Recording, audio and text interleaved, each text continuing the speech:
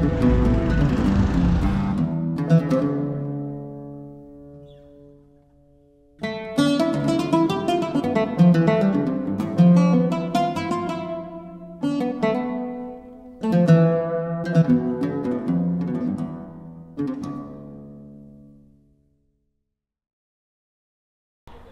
assalamualaikum warahmatullahi wabarakatuh. Welcome back with me Lukman Hakim di vlog Mesir.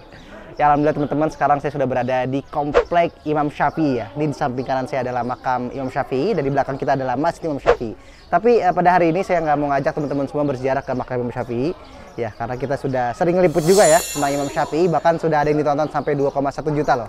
Ya. Nah, pada hari ini saya mau ngajak teman-teman semua berziarah ke sebuah makam ulama besar ya, ulama ahli fikih dan hadis yang lahir di Mesir ya. Bahkan kata Imam Syafi'i, beliau itu adalah orang yang lebih paham ya tentang fikih daripada Imam Malik bin Anas rahimahullah ta'ala. Ya, beliau siapa? Beliau adalah Imam Laits bin Sa'ad ya, yang makamnya sekitar 300 meter dari makam Imam Syafi'i. Penasaran? Ikuti terus perjalanan saya. Let's go. Ya, oke sahabat semua. Jadi untuk menuju ke makam Imam Laits, kita harus melewati jalan ini ya. Jadi ambil sebelah kanan dari makam Imam Syafi'i, lurus aja, lurus terus nanti sampai menemu kubri ya, atau jembatan, itu dia makamnya. Oke. Ya, jadi kawasan ini namakan Qorofa ya, atau pemakaman orang muslim yang ada di kota Kairo. Ya, di episode dulu saya sering nyebut tentang Qorofa.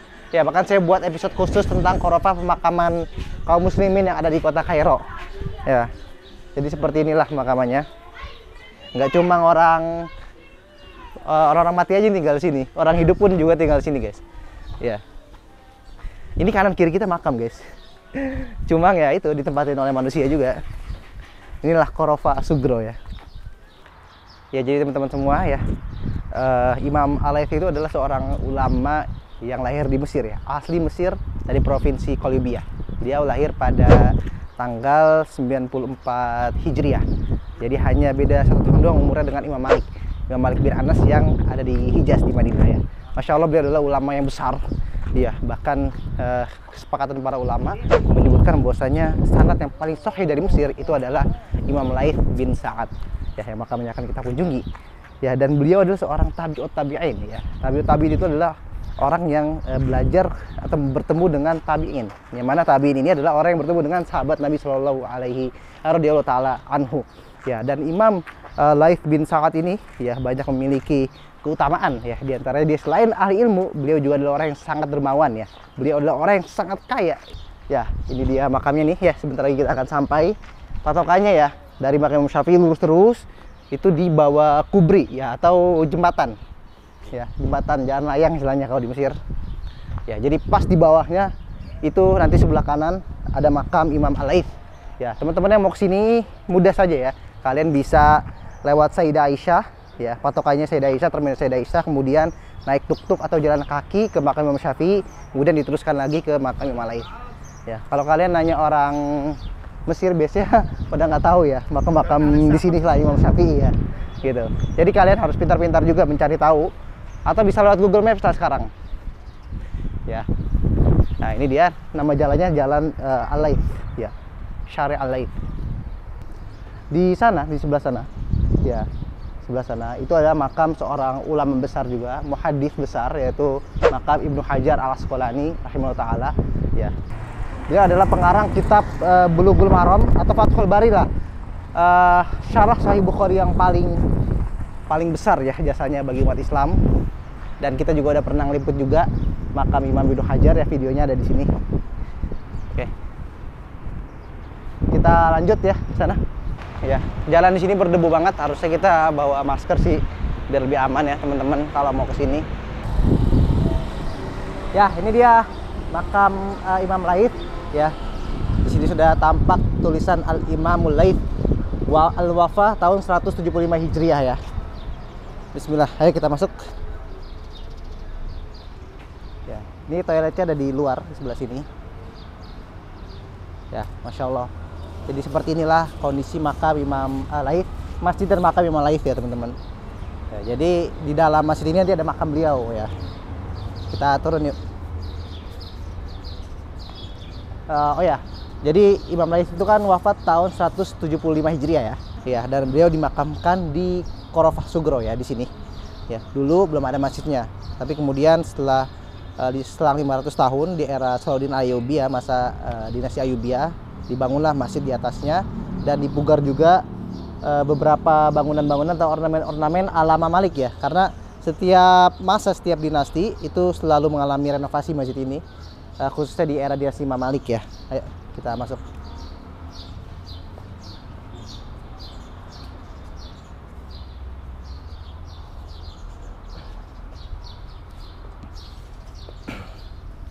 Ya, kita titipin ya.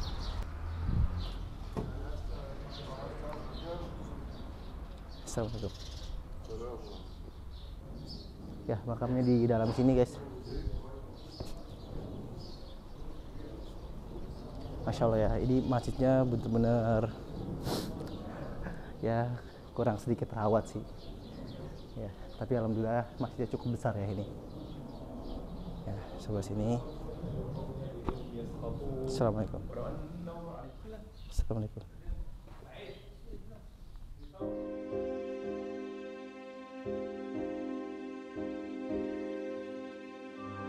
Oke, sahabat semua, ini dia makam beliau Imam Al-Laits ya. Kita sudah mengirimkan Al-Fatihah juga dan sudah mendoakan beliau. Ya, Masya Allah ya. Ini tadi cukup ramai makamnya dikunjungi oleh warga lokal ataupun warga asing. Ya, jadi memang Imam Al-Laits ini adalah sosok yang tauladan ya. Bahkan tauladan bagi para ulama sekelas Imam Syafi'i ya. Bahkan pernah berziarah ke makam beliau nih. Ya, ketika belasan tahun setelah wafatnya Imam Laits, Imam Syafi'i kan sampai Mesir tahun 199 Hijriah. Ya, kemudian beliau berkunjung ke makam Imam Laits dan duduk di samping makamnya ya. Seperti ini ya, ini makam beliau.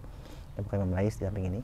Ya, beliau berkata, "Wallahi ya Imam, ya sungguhnya engkau telah mengumpulkan 4 perkara ya yang tidak dimiliki oleh ulama lainnya atau ulama-ulama lain." Ya, yaitu apa? Yaitu yang pertama ilmu, yang kedua amal, ketiga zuhud, yang keempat adalah kedermawanan. Ya, sebagaimana yang sudah kita tahu bahwasanya Imam Laits itu adalah orang kaya yang sangat dermawan. Ya, dan Imam Syafi'i juga pernah berkata, ya ini dikutip dari perkataan Imam Nawawi, ya bahwasanya anna Laits afqah min Malik illa anna ashabahu lam yaqumu bihi. Ya, sungguhnya Imam Laits itu lebih faqih ya, dalam artian lebih pandai dalam ilmu fikih daripada Imam Malik rahimahullah taala. Ya, hanya saja ya illa an ashabahu lam yaqumu bihi. Ya, hanya saja para pengikutnya ya, para murid-muridnya itu tidak sigap dalam mendokumentasikan atau membukukan pemikiran-pemikirannya. Ya, jadi ya sampai sekarang kita tidak melihat satupun karya yang dimiliki oleh Imam Laits karena murid-muridnya tidak sigap dalam membukukan atau mendokumentasikan. Berbeda dengan Imam Syafi'i, Imam Malik, Imam Ahmad, Imam Hanafi yang murid-muridnya semua mendokumentasikan atau membukukan pemikiran-pemikiran dari imamnya hingga terciptalah 4 mazhab. Ya, bahkan Imam Syafi'i sendiri pun ketika sampai Mesir beliau sangat sulit mendapati literatur atau catatan yang berkaitan dengan Imam Laits karena murid-muridnya benar-benar tidak mendokumentasikan. Ya, selain itu juga ketika itu banyak terjadi pergolakan ya, artinya banyak sekali ikhtilaf ya di kalangan orang-orang Mesir sendiri, penuntut ilmu di Mesir. Banyak mereka juga yang menyukai mazhab Maliki dan juga Al-Laitsi sehingga kadang menimbulkan bentrok di sisi itu ya. Mungkin itu salah satu alasan juga yang menurut para ulama, beberapa ulama, mazhab Imam Laits itu tidak sampai hingga sekarang. Ya, nah untuk menjadi seorang Imam Laits ini tentu tidak mudah ya. Beliau melakukan rehla ilmiah atau perjalanan ilmu yang sangat panjang. Dari mulai beliau kecil, masa mudanya beliau sudah berguru bersama ulama-ulama lokal Mesir. Di antaranya adalah Ubaidillah bin Ja'far. Kemudian masuki masa mudanya, ya umur belasan tahun beliau sudah merantau ya ke negeri-negeri Islam. Di antaranya ada Syam, Irak ya, Baghdad, sampai Hijaz ya, Mekah, Madinah ya. Bahkan guru-guru beliau itu ya, menurut Al-Mizzi, beliau memiliki 80 guru, yang 50 gurunya itu adalah seorang tabi'in. Di antaranya ada Ibnu Syihab Az-Zuhri ya, orang yang pertama kali mengkodifikasi atau membukukan hadis. Kemudian juga ada Abu Qatadah, kemudian ada Imam An-Nafi' ya, dan lain-lain sebagainya ya. Dan murid-murid beliau nggak kalah hebat ya teman-teman. Tercatat oleh Imam Al-Mizzi beliau memiliki sekitar 70 murid, yang diantaranya murid-murid beliau itu menjadi guru daripada Imam Ahmad bin Hanbal, di antaranya ada Ibnu Mubarak, kemudian Ibnu Wahab, ya, dan juga murid beliau ya ada yang menjadi guru daripada Imam Bukhari, Imam Muslim, dan juga imam perangkai 4 Sunan Al-Hadis ya, yaitu Qutaibah bin Sa'id ya. Itu adalah guru daripada 4 perangkai sunan ya, yaitu Sunan An-Nasai, At-Tirmidzi, Ibnu Majah, dan Abu Dawud. Ya, nah pertanyaannya, apakah mazhab Imam Laits itu ada sampai sekarang ya? Masih ada? Jawabannya enggak ya. Kalau dari catatan karya literatur beliau ataupun kitab-kitab yang beliau karang, atau apalagi mazhabnya, itu enggak ada. Tapi kalau kita lacak pemikirannya, itu sebetulnya kita masih bisa menemukan pemikiran beliau dalam literatur klasik ya, karya para ulama terdahulu ya, seperti pemikiran beliau banyak tertuang dalam kitab Al-Mughni ya, karya Ibnu Qudam Al-Maqdisi ya, bermazhab Hanbali. Kemudian juga ada di kitab Al-Muhalla ya, yang dikarang oleh Ibnu Hazm Az-Zahiri. Kemudian juga pemikiran beliau tertuang juga banyak dalam kitab Ibnu Rushd ya, yaitu kitab Bidayatul Mujtahid fi Nihayatul Muqtasid, mazhab Maliki ya, seperti itu teman-teman.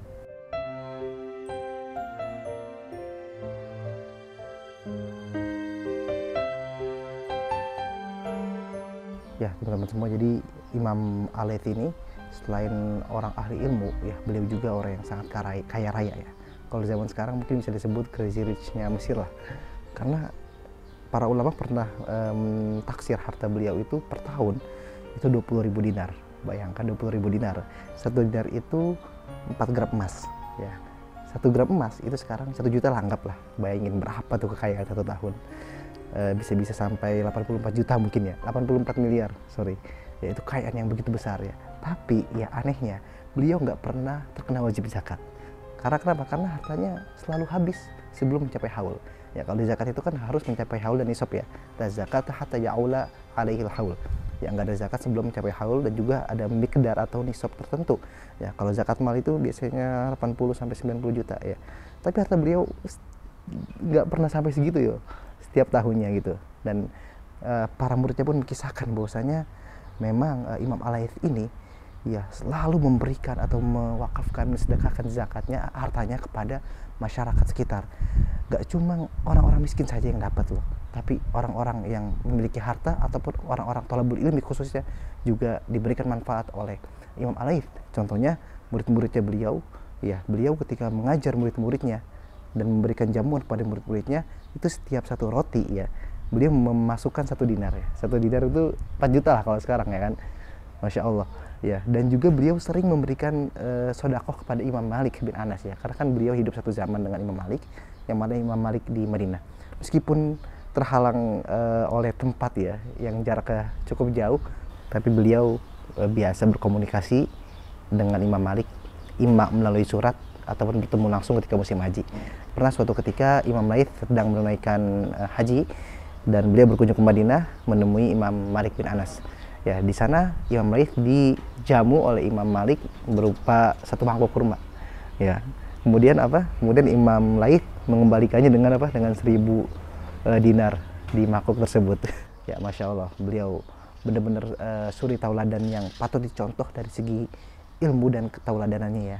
Nah, bahkan ketika itu Khalifah Al-Mansur ya, Khalifah Abbasiyah itu meminta kepada Imam Laits itu untuk menjadi wali Mesir ya. Wali itu wali kota Mesir. Tapi beliau menolak dengan alasan beliau lebih ingin berkhidmah kepada masyarakat. Ya, makanya beliau itu setiap 1 hari ya, 1 harinya beliau memiliki 4 majelis ya. Majelis yang pertama adalah majelis beliau bersama wali dan juga hakim ya, qadi, di mana di sana beliau bermusyawarah atau berdiskusi kepada hakim tentang masalah-masalah yang terjadi di masyarakat ya. Kemudian yang kedua adalah majelis fatwa bersama masyarakat umum ya, di mana beliau keluar menemui masyarakat ya, hanya sekedar buka sesi tanya jawab lah, buka sharing Q&A ibaratnya ya. Kemudian yang ketiga ya, beliau memiliki majelis bersama para murid-muridnya ya, para murid-murid beliau yang datang dari berbagai belahan dunia dan juga warga lokal sendiri. Kemudian yang keempat adalah majelis derma ya, di mana beliau mensedekahkan hartanya kepada orang-orang yang membutuhkan ya. Dan Qutaibah bin Sa'id, murid beliau, menceritakan bahwasanya Imam Laits ini setiap hari memberikan makan kepada fakir miskin 300 orang. Jadi seperti itulah kisah Imam Al-Laits yang patut kita tiru ya. Gak cuma dari perjuangan menuntut ilmunya, tapi juga kezuhudannya, kewaroannya, dan juga kedermawanannya. Ya, semoga apa yang saya sampaikan pada hari ini bisa bermanfaat untuk teman-teman semua. Ya, bagi teman-teman semua yang penasaran dengan ziarah Mesir, jangan lupa ikuti terus konten ini. Ya, assalamualaikum warahmatullahi wabarakatuh.